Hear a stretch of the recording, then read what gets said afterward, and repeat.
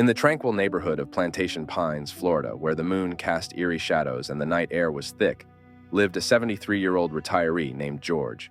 Lonely and longing for companionship after the passing of his beloved wife, George turned to the world of online dating in search of solace. One fateful evening, George found himself drawn to the enigmatic Chelsea Wright, a woman whose charm and allure seemed too good to be true.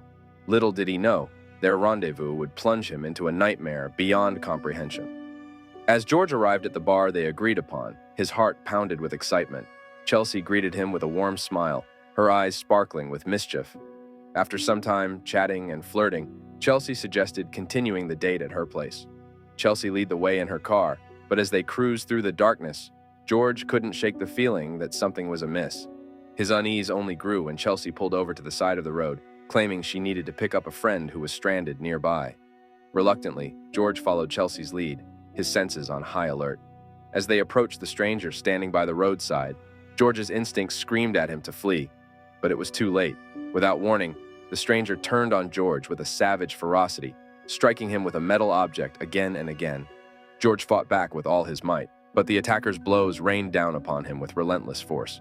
Battered and bloodied, George fell to the ground in a fetal position, his world spinning out of control.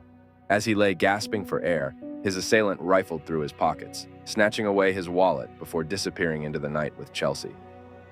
Left alone and broken, George struggled to make sense of the horrors he had just endured. But his torment was far from over. When authorities arrived on the scene, they found George lying in a pool of his own blood, his injuries too severe to ignore.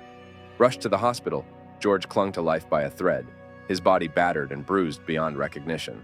But as he lay in his hospital bed, grappling with the trauma of his ordeal, George's thoughts turned to Chelsea.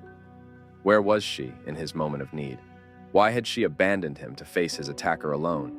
When deputies finally tracked down Chelsea, her demeanor was cool and detached, but beneath her facade lurked a darkness that sent chills down their spines. During questioning, Chelsea spun a tale of deceit and betrayal, claiming that the attacker was an elderly woman with Alzheimer's, whom she had picked up on the side of the road. But the truth was far more sinister. Further investigation revealed that Chelsea's supposed friend was none other than Andrew Marks, a dangerous criminal with a history of violence. And as the pieces of the puzzle fell into place, the full extent of Chelsea's deception came to light. With Chelsea behind bars, George found himself grappling with a newfound sense of paranoia and distrust. The woman he had trusted with his heart had betrayed him in the most heinous way imaginable, leaving him scarred both physically and emotionally. As he looked out at the world through eyes clouded with pain and suspicion, George vowed never to let his guard down again.